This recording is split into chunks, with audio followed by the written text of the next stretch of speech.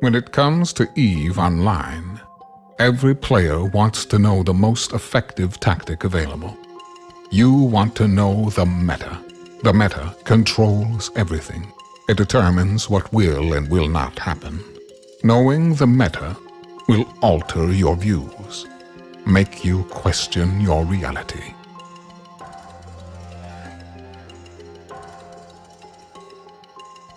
It might even make you laugh.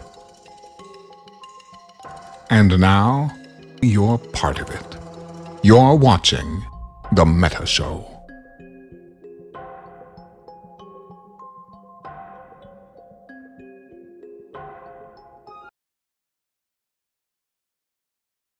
Welcome to today's episode of the Meta Show. And as some of you have already alluded to in the chat here, me and Dave are going to be role playing as paleontologists today as we dug up a dinosaur, EVE Online's favorite dinosaur, Test Alliance. And you know what's funny, chat? I was flying through space here, Goon Space, the other day, happened to see a test pilot in a malediction, and I asked myself, where has Test been? What have they been doing? And you know, I sat there and there's some questions that brought up the last probably really big war in EVE Online with, you know, Pappy and the Imperium going at it and Goon Space being invaded in Delve. You know, what are some of the things that happened today? So, you know, I reached out to Dave and we did some paleontology, we'll call it. We did some archaeology, whatever you want to call it. And we were able to find SapporoJones from Test to join us today. So, Sapporo, I'd like to say, first of all, thank you for coming on and talking to us and taking some time out of your day, and I'm sure your busy life, to come to chat with me and Dave and figure out what's going on with Test. And I know I'm sure our viewers are going to have a lot of questions, and I know there's been some questions that have come through the chat already for Sapporo, coming out hot. Our viewers, of course. I do ask, you know, let's just play a little nice, you know, and as we see those come through the chat, we'll be sure to address them, you know, as soon as we see them through. But Dave, let's take it away with our prime topic today. Yeah, let's go to the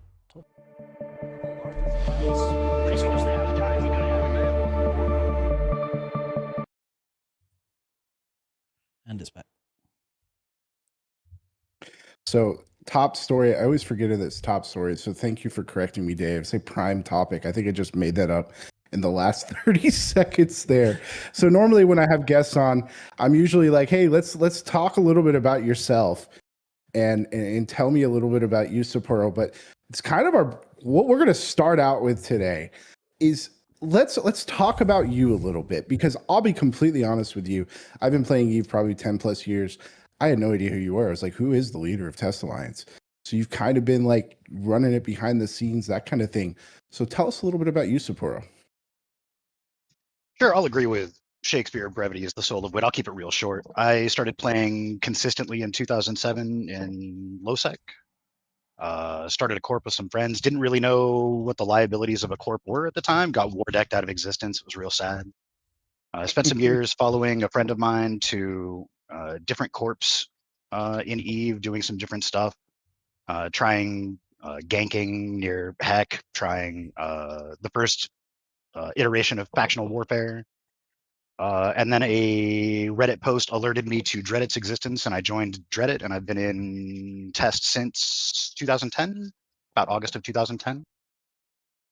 Were you always like, you say you saw a post for Dreadit, like, was it like its own thing? Like, can you explain to us like how that worked at the time and how that's like, Yeah. how did you become the leader? That's a really excellent question. So at the time in 2010, there was still a heavy forum culture on the internet.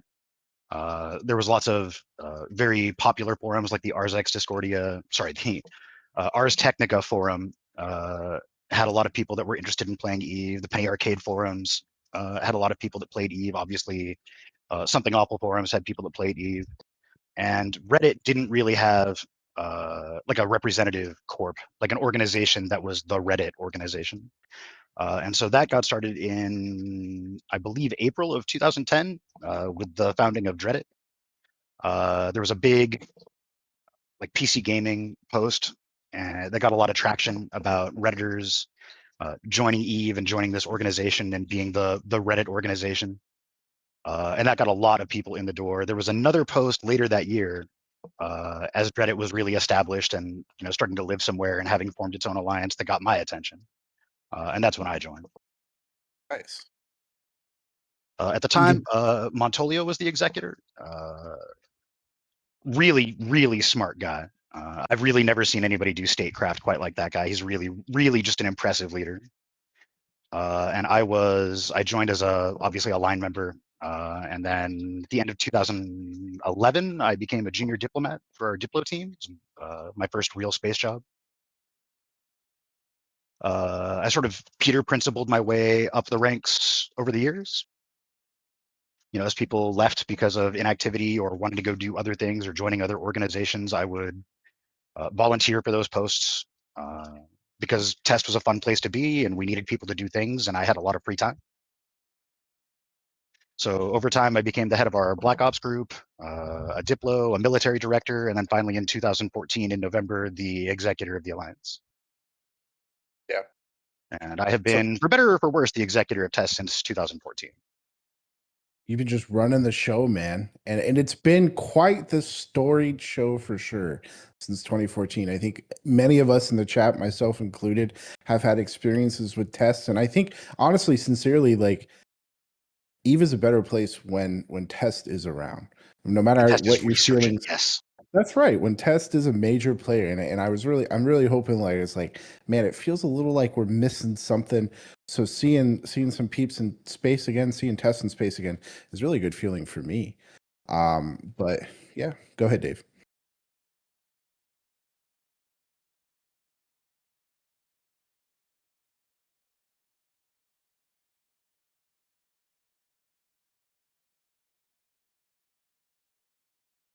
Well, hey, wouldn't be the meta show without me accidentally doing that. I was talking to these guys, not to you guys. Anyway, as I was saying, before the war in Delve, there were a lot more power blocks. You had Fraternity doing their thing, not quite blue to Horde yet.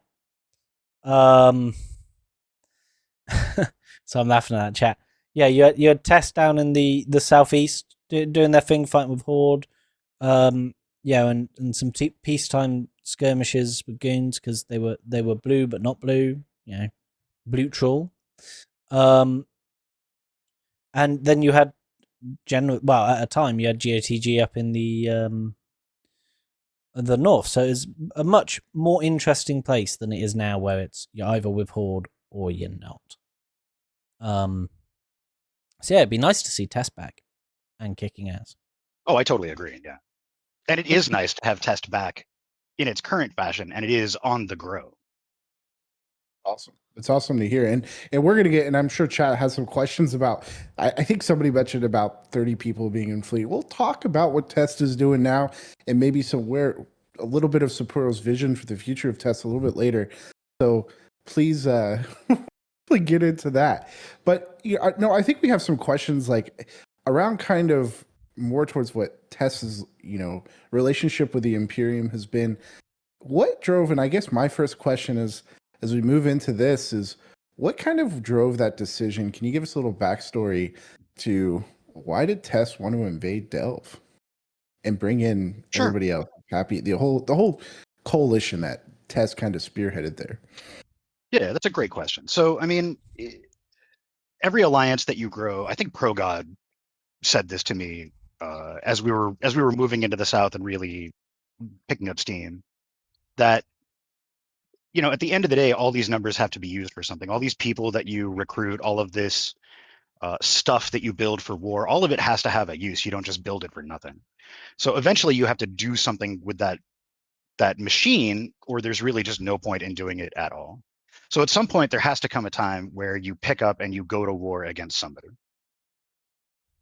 Now, when that happens on that timeline of you existing and growing and being big and becoming a block and doing all of this stuff is tricky, right? Because you don't want to forego all of your progress on a losing war or a war that is of no consequence. So you have to pick like a target that matters and like there's maybe some history to.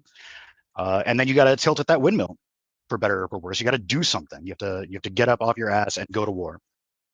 And it really, at the time, there were some options. You know, we'd tussled with the Eastern Russians and Darkness a bit, Guardians of the Galaxy, that coalition in the north. But it really boiled down to, with what we had, war between either PanFam and us or the Imperium and us.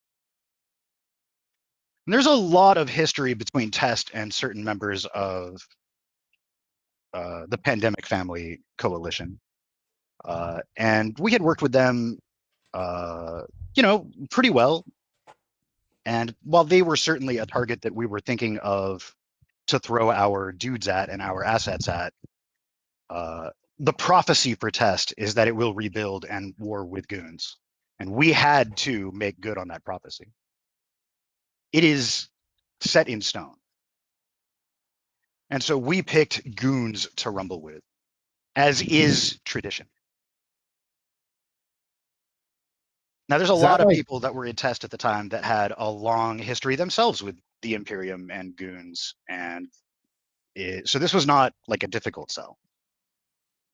That's not to say, you know, this is not a comment on goons or anything, but just, you know, you play the game long enough, you have feelings about other organizations for various reasons. And many of them just had sour feelings about the Imperium more than they had sour feelings about PanFam. It's kind of like currently, it would not be hard to find a group of people that would want to kill Horde. You know, For sure. like everybody. And I mean, wants towards to the at end moment. of World War B2, just like at the end of the Fountain War, it's not hard to find dudes that want to shoot Test either. Yeah. You know, you live long enough, you're going to have an enemies list. So that was a war we started. That was not a war that we had at the time really. How do I put this? We knew this was going to be a really complicated, hard war, not just something that was going to be like a few month affair and then back to home.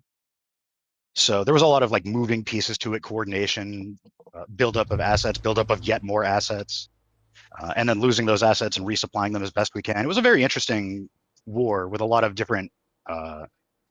The logistics end of it, I think, was something that was more complicated in that war than in any other war prior we had fought.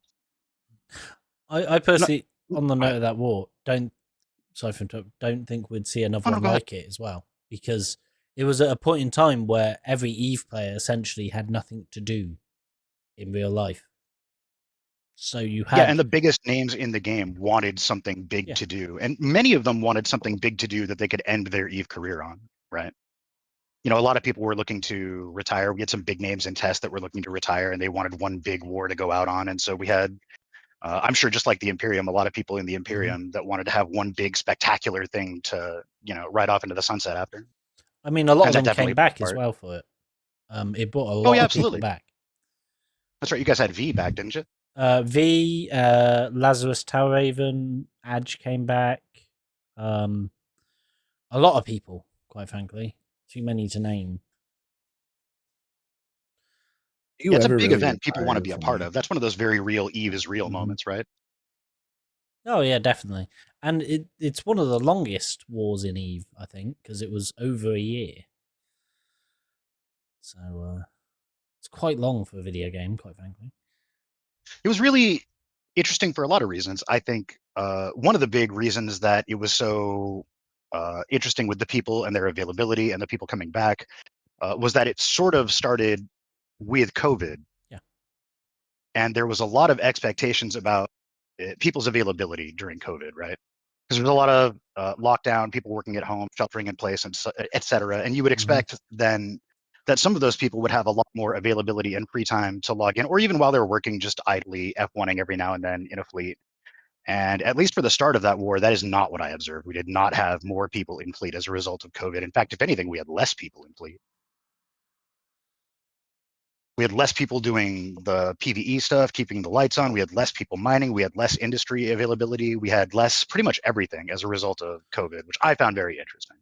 See, I don't know what your experience was with it, but for us, that was a really tough time. From what I saw, we had a bit of the opposite, especially because we sent an email to thousands of people saying come back to the game.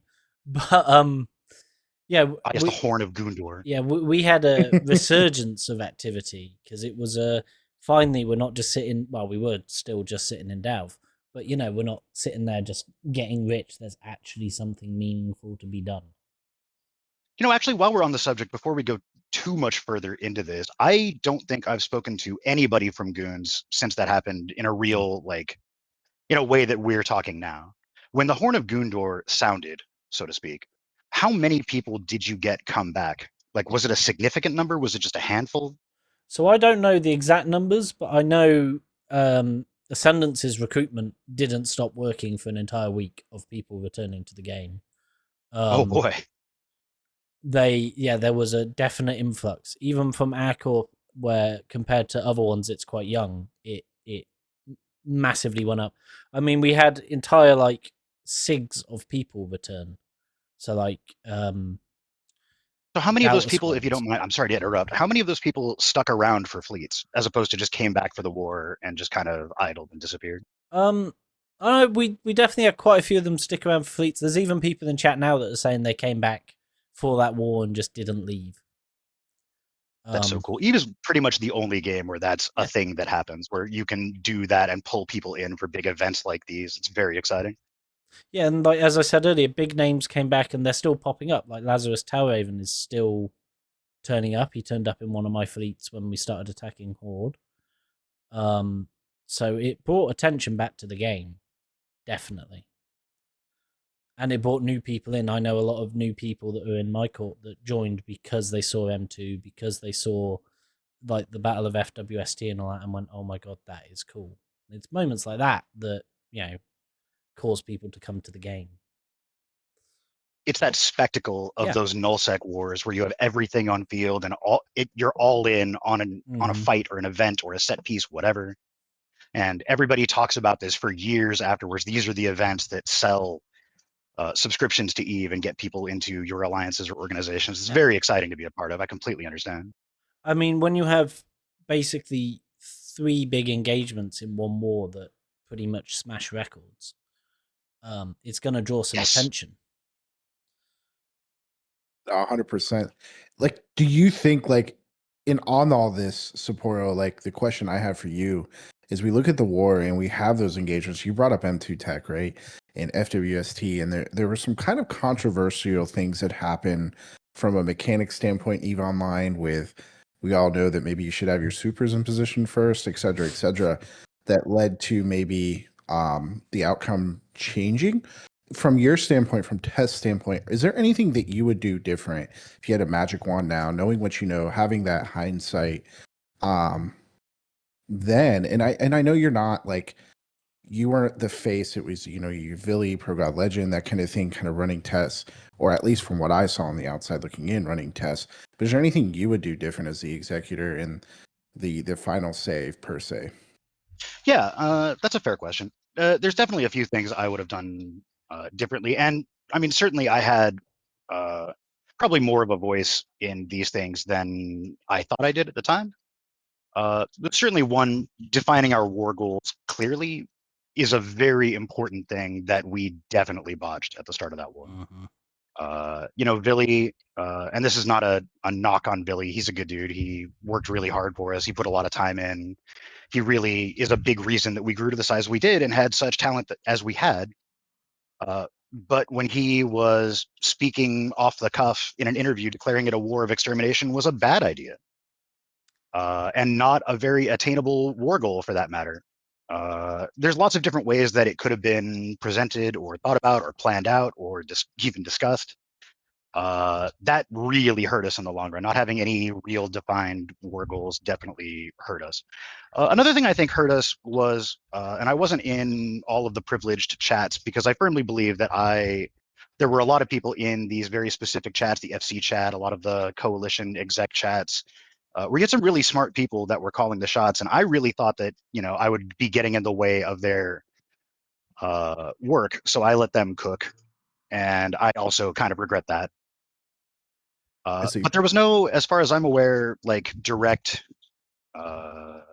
control over PAPI coordination. So it was more of a who is going to be around and can take these fleets and do these things, and then the execs were doing stuff for their alliances, and it all was very, as far as I can tell, kind of uncoordinated. Yeah. Whereas because there was nobody directly sitting there calling the targets. There was nobody to say this is how we should do this one specific thing. because whoever was around was going to do it however they felt like. I'm sorry about that. They were going to do however they felt like they needed to do it to accomplish the objective and get the win. Yeah, whereas So that hurt. on our side, we pretty much had one general. Well, I wouldn't say general. Yeah, of course. One head of state that gave the instruction, and then, you know, the broad instruction of, okay, we're going to go this direction and go.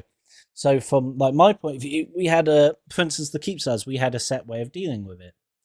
We would take like the Feroxes and stuff and warp in and out and deal with it that way and just inflict damage. That was the big thing.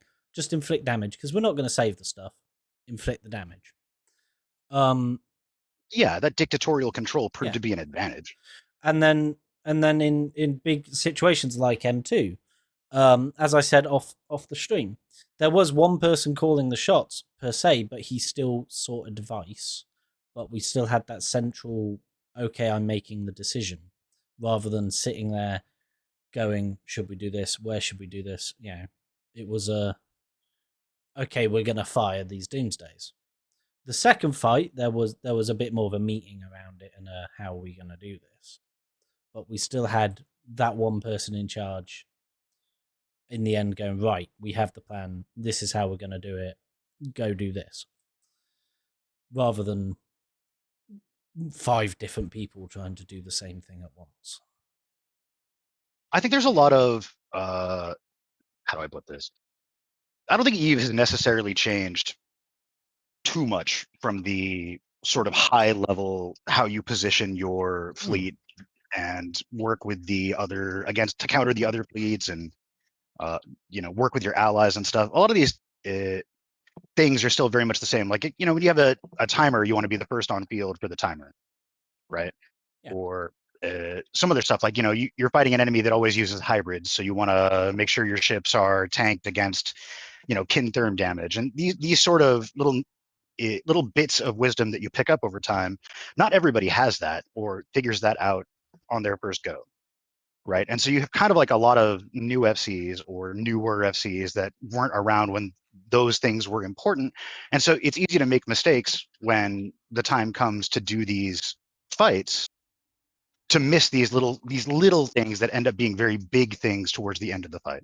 Like, I mean, M2 not being first to the field, watching goons come in, early ahead of our fleet form and ahead of our response.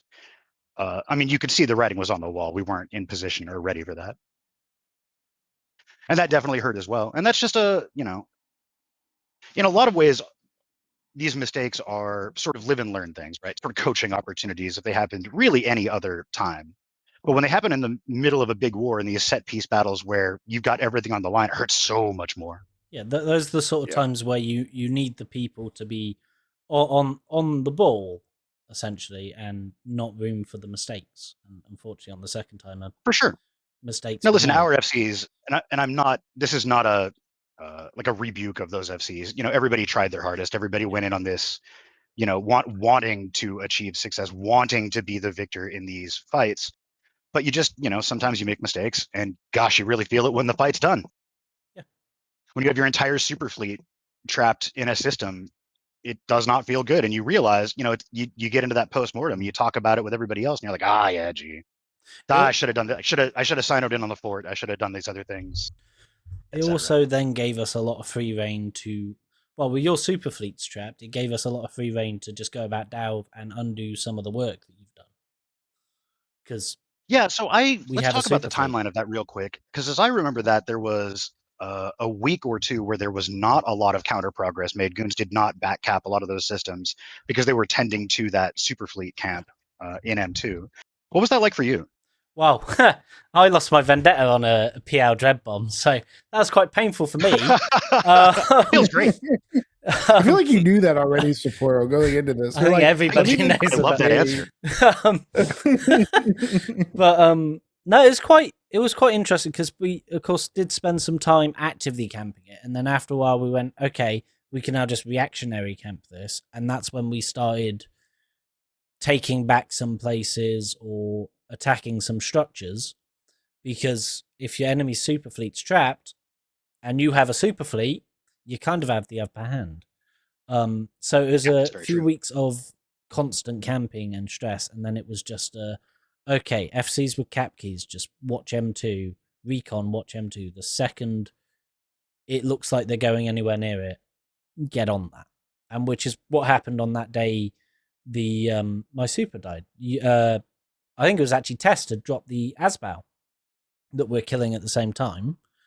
Oh, so yeah. we had Mike the Flood Asbels, commanding the carriers to go kill the Asbow.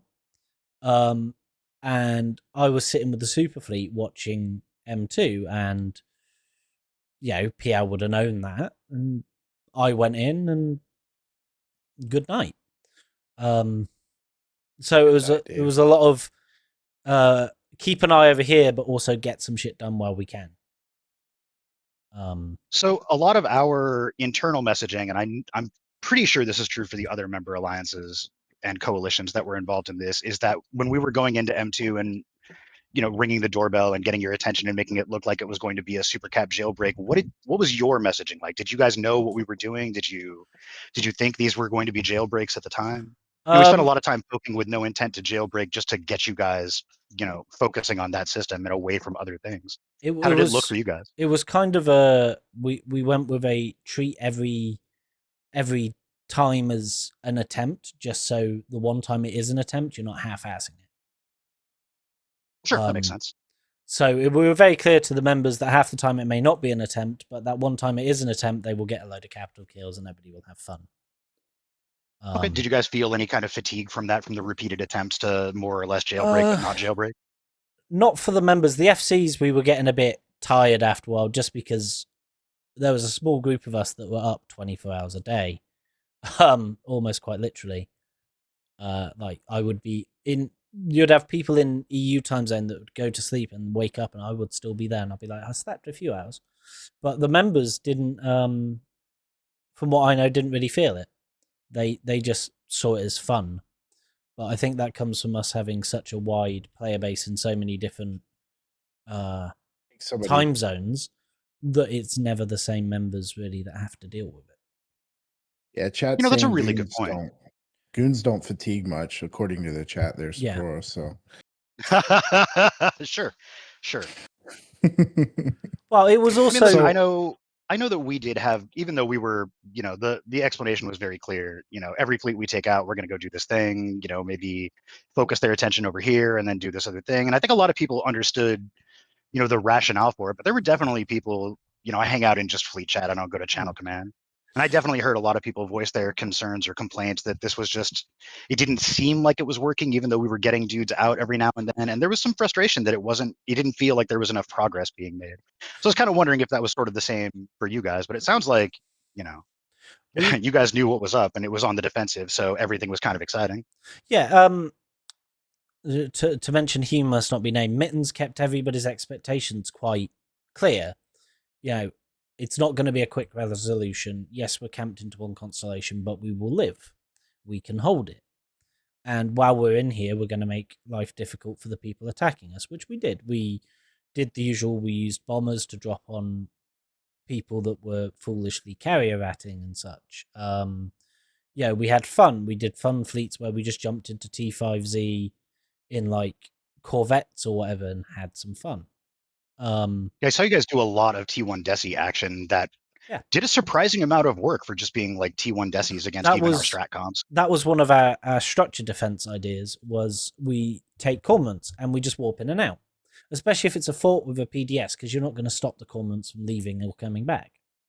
So you just warp in and out, kill some, warp out. We did the same with Feroxes on the Keep Stars, because the PDS will keep the bubbles away. Kill some, warp out. Kill some, warp out. And that is really what I think kept the line members going as well. As we never gave up on doing stuff. We did what we could to cause pain or have fun, even if it was just smashing fleets into the T5Z gate. We did it. And I loved that T5Z skirmish area. That was so great. One of the best times I've ever had in EVE was that Christmas when we had the ceasefire. But all the FCs on both sides started messaging each other, just going, I'm going to bring a Ferox fleet to the gate. Let's just smash into each other for a bit. Christmas Day that year was amazing, because it was just constant Feroxes just dying and dying. The Christmas Day armistice made a lot of sense and has a lot of there's a lot of history to that, even in real world wars. And then I thought it was really cool when the FCs were like, "Nah, we just want to fight." yeah, and then the Ferox, the fights on the gate were pretty much the like the story of, I think it was World War One, where all the soldiers from all the different armies got up in no man's land and started playing Popped out of their football. lines, yeah. So that's essentially what we did. It's like, well, what do we do now? I know, let's fight each other. And it was good fun.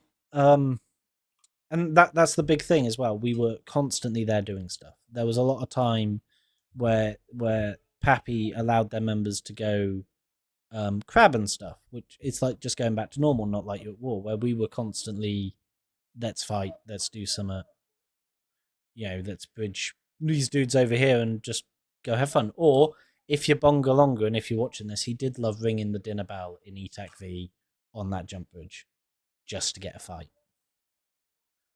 Like, he would come to me. I was certainly really frustrated when some of those alliances would disappear to go back home and allow their members to, crab and do other stuff. Because we're stuck on the front lines. We can't really use we can't use Esoteria or our home space. But, looking back on it, those leaders really made the right call for their line members. Their line members needed to go do this. You can't keep people forever, for 2.5 years on this front without allowing them to go home and make up some money for themselves. That's the other thing we did. We Init went off. Init and Wild Squad and a few of the other SIGs went off to catch, went off to Esoteria and attacked you guys, because that keeps morale up, because our members are then offensively attacking the people attacking us.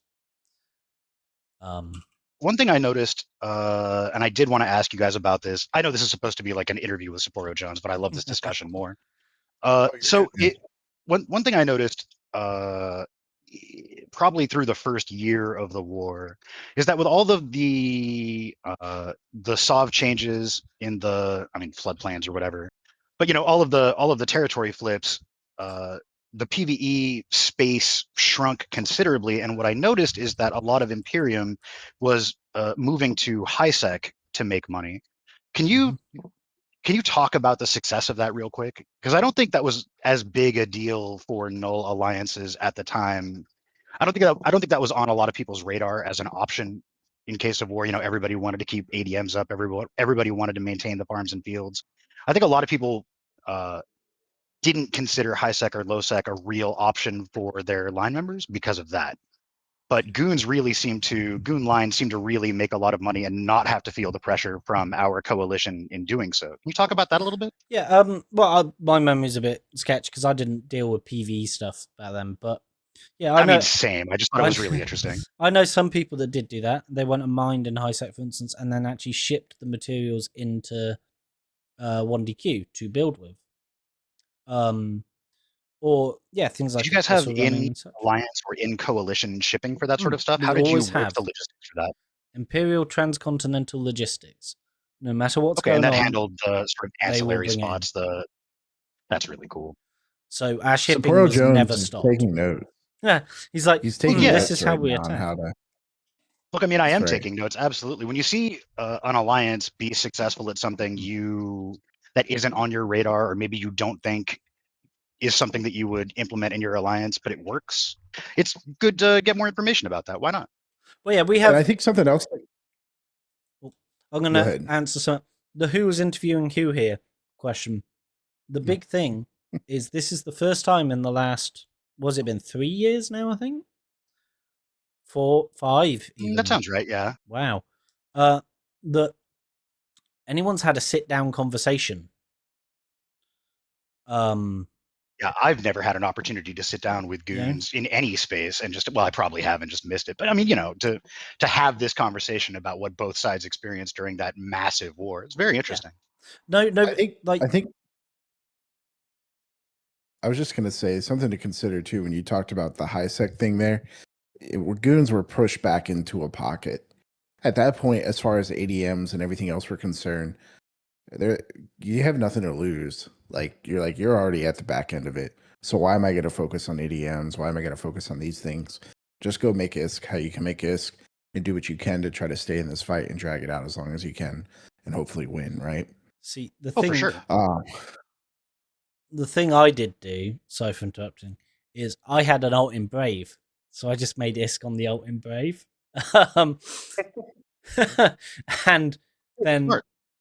bought stuff and sent it to my main through dead drops. So I was just like, I'm just going to still make Iskin Delve. I mean, Yeah, when we couldn't make great use of our Sov and Esoteria, I had a conversation with a few dudes who were big, I would say PvE subject matter experts about, just go elsewhere, right? Go do some faction warfare stuff, or go mine in HiSec if you got it, because at least you can do something. And they were very uninterested in doing stuff outside of our space or outside of nullsec. So seeing that be as successful as it was just really impressive to me. I think it's the culture as well, because if Goon Swarm's Alliance leader goes, hey, this is a good idea, here's some guides and stuff, and has it pushed by the directors, generally people will go do it. Like Potrin, it got pushed for a bit and people went and did it.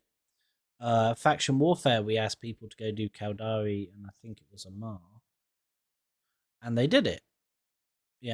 Goons are more than just the game, and this is why destroying us was the dumbest goal ever, because you destroy our space, you destroy our Sov, but the group is still there. There will be quite a few people that leave just because they're not they're there for the space, they're there for the crabbing. Let's take a second and go to, we talked about the goal, right?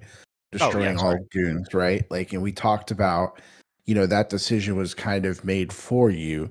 And one of the things you had spoken to earlier was like, hey, you wish you probably would have been, the way I gathered what you said, a summary of what you said is like, hey, I want to be more involved in some of those decisions and making clear, defining out those war goals. Do you think that also taking a little more of a backseat that you did in that war had to do with how things ended as well? That's a really great question. No, I don't think that. Okay. There are definitely times when I could have or should have been more involved. When there are answers on what was going on that I sought, that I could have gotten for myself and just didn't, and that I regret. But I stand by the opinion that when you have people that are this experienced with this many years of strategic warfare and big campaign commanding skills and blah blah blah, you just let them cook. Yeah. I think we were talking about this before the show started, why after Villy and Progod joined, I just let them run the alliance, basically, is because when you have people that are this experienced, getting in their way is disadvantageous unless you have either the same level of experience or better, in my opinion. So when they proved that they could do this sort of thing, there was no reason to get in their way and be like, no, you have to answer to me directly on why we're doing this, or you have to explain yourself to me. Generally they're making good decisions. Generally they have a good view of things, and they are making decisions that are in the best interest of the alliance. So you might as well just let them go. Well, that's not something I regret. That I would say is the best way to. I've never led an alliance, but I'd say that's the best way to do it, because there's always going to be someone that knows something better than you do. So, for instance, during that war, Mittens left everything that he didn't know about to the people that did. And when big fights were going on, a lot of people before the war were like, Mittens doesn't log in, but he never needed to. The point of him was to be the mouthpiece, was to be the foghorn and the ringleader.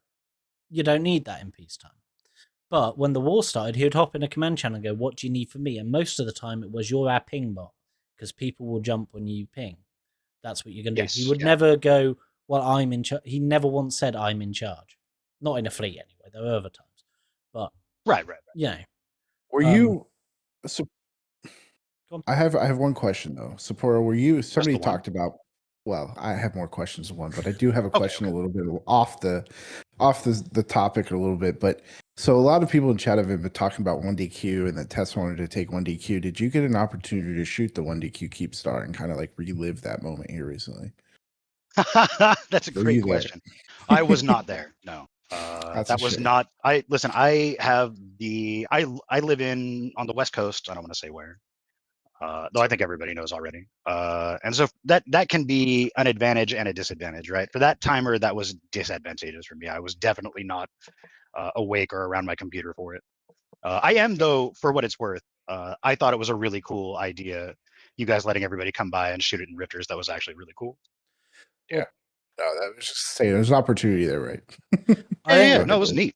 That was definitely one of those things as well that goes down in history, because it was the Keepstar that lived through everything. So it Yeah, I being don't know that it destroyed. really. I disagree Yeah. with giving it a memorial for goons lived here, essentially, but I get the idea behind it, right? It was the set piece, the capital for this entire war, and it stood through it, and that is an accomplishment for sure. I think It's a a hot take. monument. I like it. I think a monument for the structure, yes. Maybe calling it like Goon Swarm, like staging Keepstar, whatever it's called. Maybe not, but yeah. Yeah, I think it was. There was an idea there that I think made a lot of sense. I don't think the implementation was as good.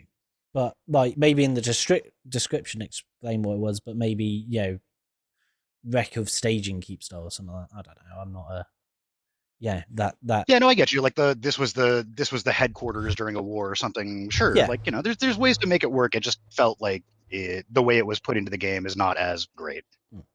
But It was it's memorializing just one side of the war and completely like Yeah. almost missing out on everybody else who was there that made it important too, because you needed the aggressors to make it what it is, right?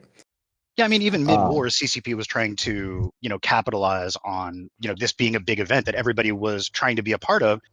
And I'm not saying, gosh, I feel left out because the, monument or whatever doesn't mention us, but like, we all drove that event. Yeah. So, it should be a little more than it 100%. is, I guess. I think this the talk about the destruction of 1DQ and the end of the war there kind of brings us on to one of our next topics, which, as we've talked about the war a lot, so after the war, tests definitely took a bit of a steep decline. You could say that. That's a good way to put it. I appreciate that. So what do you feel was the cause of that? I mean, people could make assumptions, but always good to get it from the horse's mouth, or the dinosaur's mouth, as it may be. Yes, I know, yeah. Please stick it with the theme, Dave. Stick with the theme. So, I mean, listen, when you lose a war, you're going to lose people, right? After every war, you're going to lose some amount of people. After this particular war, we lost, I mean, basically everything. We didn't have our space. We didn't have a home to go back to like so many of the other war entrants had. And that weighed really heavily on a lot of people's minds who had gotten used to living in Esoteria and the relative safety that they were afforded by, diplomacy and having people and an umbrella and blah, blah, blah. And so for a lot of those people, some were very upset about how the end of the war came about. And to those people who were in test at that time, I would like to offer you my sincere apology. I was there for it. It definitely sucked, and I'm sorry. But they have to make decisions that are in the best interest of their corporation members. And generally, what that is going to mean in a situation such as ours is that they have to seek a different alliance, right, or home, because a rebuild after that point is going to be time-consuming and effort-intensive, and it's not going to be as easy as just joining test when we're in Esoteria and having it good. So we lost a lot of people as a result of, first of all, finding a home and then living in that home for a bit, and it was really rough. It just as an aside. If you're out there and you run a corp and you're listening, it doesn't feel really great when you're telling your alliance leadership how much you're in love with the alliance, and then literally the next day you leave for another alliance. It feels really bad. And we had a lot of people that did that. Oh yeah, no, love test. Test is great, and then they left for Horde or whatever. Yeah, it wasn't great. The reality of the situation is you have to contract to the point where the people that you have left are invested in the alliance, right? And by that I mean they have a sort of committed interest in the health of the alliance, right? Now, as an example, the way Goons historically did things when we were in the CFC, I can't speak to how Goons do this sort of thing now because I don't know. But when we were in the CFC, the way Goons did things was, squads and SIGs were your buy-in to the alliance, regardless of the corporation you were in. And then you would, you were so involved in all of these different things that were happening in the alliance. If your corp was like, we want to pick up and leave, you would be like, I don't want to leave. I'm having too much fun with these guys, so I'm going to stay. And then every corp that leaves, it's sort of a Pyrrhic victory that they're leaving to a better home because they lost a lot of their actives to being invested in the health of the alliance that they're in. And we did not do things that way for varying reasons, some of which were right, some of which were wrong. But that meant that there was not a lot of sort of alliance buy-in for those people when the chips were down. And so it was very easy for people to leave because they weren't very committed. And so, we moved to Outer Passage and we stayed there and we contracted very heavily until we moved to do the faction warfare thing again, which was really just, let's have casual fun for a bit and not take things as super seriously. And then after a month or so, we could be like, okay, this is what we have left. These are the people that are invested in stuff. Let's make a go of it and rebuild again. And that, I think, has been very successful.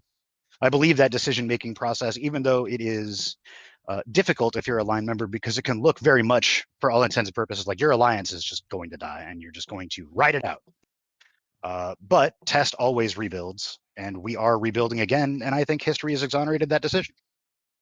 I hope for all of our people that are still in Test that they see that that was a good decision and they're enjoying the rebuild, because I certainly am. I will definitely say that there was a point in time where it did look like Test was going to fail Cascade into just nothingness. I'm going to be brutally honest. Absolutely. There was a point where everybody was like, do we even... Sorry about the noise outside. It's too hot in the UK at the moment to close that window. I understand completely. There was definitely a point in time where we, especially in the FC channels, were like, well, Test isn't going to be next because they're doing it themselves. Like, yes, Test next it itself. Yes. Yeah. But it's good to see Test actually turning up to stuff, be it, you and your alts.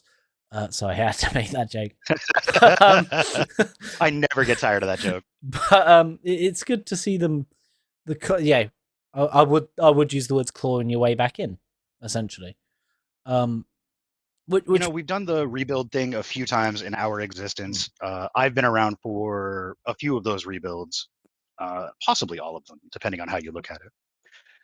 And the reality is, you just have to contract until you have like a foundation.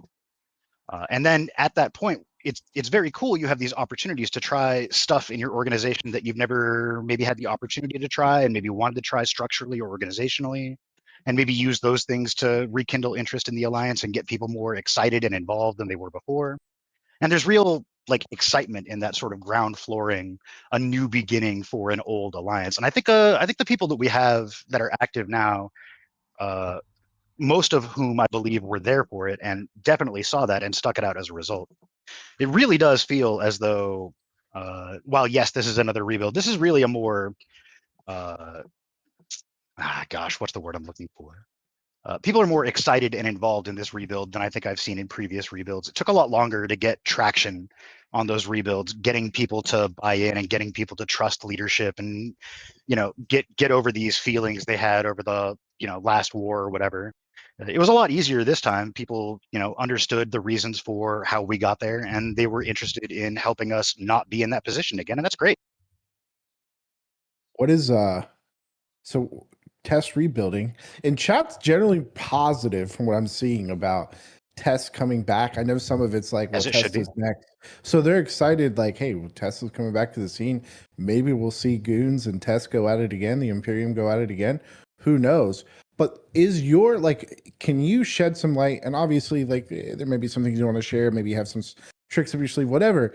But what is like the next step for Test? Like, are there mechanics or gameplay mechanics where you're like, yeah, you know what? Null looks even more attractive than it did back the other times we did it.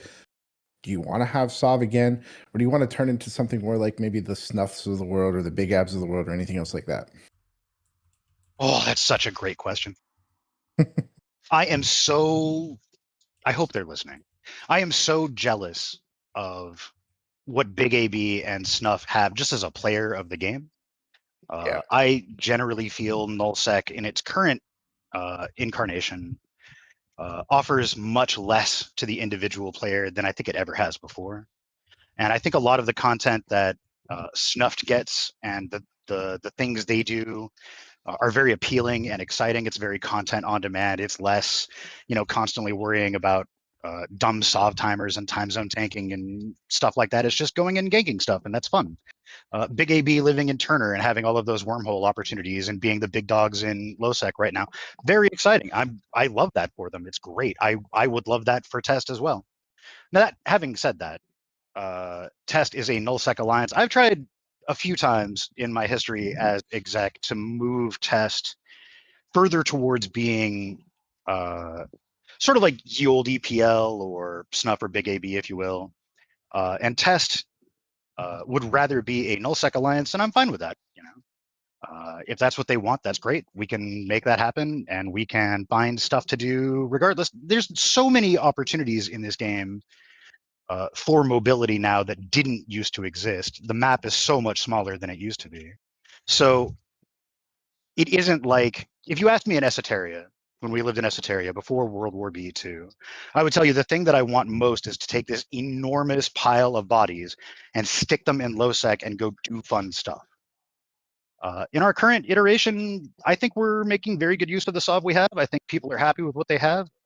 I think they recognize, just as I do, that space is small. If there's a fight going on, you can go get that fight or participate in that fight or third party that fight or find a campaign somewhere. There's so much to do that it is less being shackled to a parcel of systems than it was before. So I think that's good. I hope that answers your question. Yeah, no, it definitely does. I mean, I'm just curious, like, is Test going to be aligned with a certain group? Is there anything you can share? Like, are we going to see anytime soon goons and Test going at it, like shooting each other? Or are you guys just more taking an approach of, we're just here for the good fights, and we don't care what side we're on?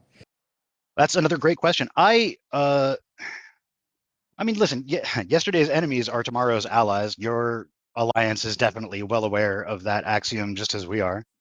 I'm very happy personally being a member of Witter Coalition for now and being the best ally we can be to our coalition partners. I think it's going very well. I think we contribute very well for our sides. Obviously, what I hope is that we will continue to grow and get bigger. Maybe eventually be big enough that we can step out on our own. That'd be cool. But if not, being a part of this coalition is really not bad. Norius is a great coalition leader. Fraternity are actually really cool guys. I don't know. There's definitely much worse positions to be in, right? So I'm going to be shooting Test because I am not a fan of Frat Sapporo, but it's okay. That's just some things. Frat kicked me out of my space years ago, and just always had a grudge against Frat, such as Eve, such as life. I think Hey, listen, if I'll we be did real with you. There are things Fraternity does that I find very frustrating, specifically in faction warfare. I find the way that they do things in faction warfare to be very frustrating. I know Yeah. there's a lot of people who agree, but I don't believe that that's really representative of faction warfare. There's just dudes that are shitty. I think in any big organization, True. you're going to have dudes that are shitty, and you have more of them in the larger organizations. It's just how it works.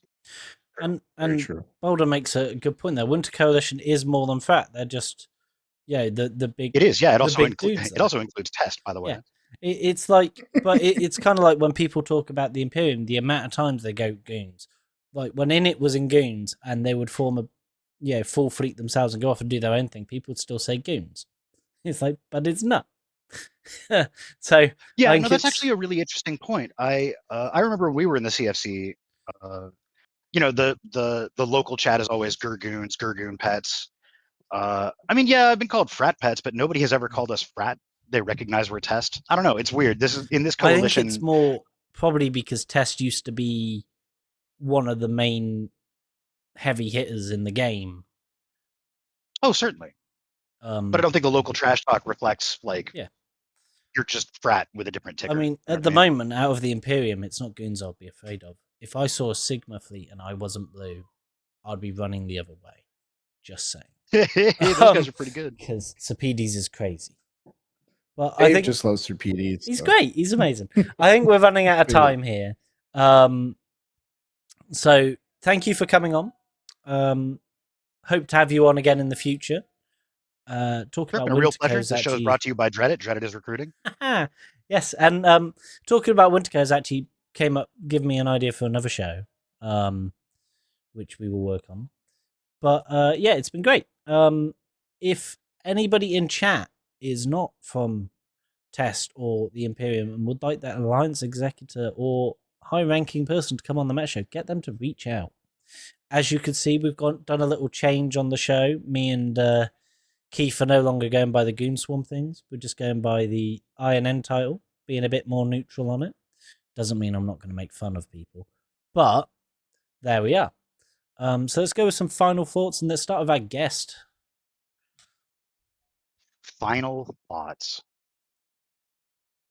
Okay. Yeah. Listen. Hey. Yeah. First of all, hey, thanks very much for having me. I appreciate you. This has been a great experience. Dreaded recruiting. I'd like to tell people in this chat that it's important to remember that at the end of the day, this is a video game we play. It's a shared experience. But when it's all said and done, we can talk to each other like human beings and have conversations about things that happen to us without it being particularly partisan or difficult or angry. We don't have to be NPCs about this. And I think this episode of the Meta Show really reflected that. Also, I wish you guys all the best, all the happiness in this game, and that you joined Dreadit, because Dreadit is a great corporation and it's recruiting. Yeah, I've got an alt that I won't tell you is my alt, but if you'd like to invite it, that'd be great. Love it. Will do. Keith? Yeah, no, I would love to. I'm going to say this again. Love to see Test make that resurgence back and kind of shake up what the blocks have become today. Test Alliance was always, love seeing them, love shooting them like I did any other block back in the day. And I think EVE Online is a better game when we have a little more variety out there to what to pick from. Whether it's going to be, I'm going to go to Frat, or I'm going to go to Horde, I'm going to go to Goons, whatever it may be. So, Sapporo, I wish you and your guys nothing but the best, and ladies out there. And hope you guys, we see each other across the lines one day. And hey, who knows? I don't know where I might end up. Maybe I'll end up in Test. We'll all go to Test, Dave. But we should all be so lucky as to be in Test. Yeah, no, I definitely wish you the best. And again, thank you for coming on today. It's been my pleasure. Thank you very much. Yep. Alrighty. So, bit of housekeeping from us. INN is recruiting. Check it out in the panels down below. We're looking for streamers, stream producers, mods, all sorts. It says below. But that is all from us, and we will see you all next time. Goodbye.